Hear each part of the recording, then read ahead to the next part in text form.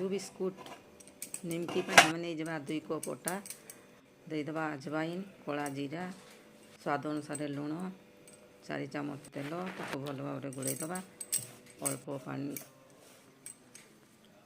अल्प पानी दे ताको गोटे डो प्रस्तुत करदबा तापर ताको सरू सरू रुटी आकार गला तैयारी करदबा तापर गोटे गिनार नहीं जावा तेल कॉर्नफ्लावर ताको गोटे पेस्ट तैयारी करदबा रुटी गुड़िक 3टी बेली गोटे उपरे गोटे कॉर्नफ्लावर पेस्ट दे रखीदबा ताको गोटे बोतल टिपी नहीं काजू भाया सेप देदबा तापर ताको लो फ्लेम आंचे आस्ते आस्ते छाणीदबा तापर आमर तैयारी होगा काजू निमकी। वीडियोटी भल लगुले सब्सक्राइब लाइक करने भूलिए।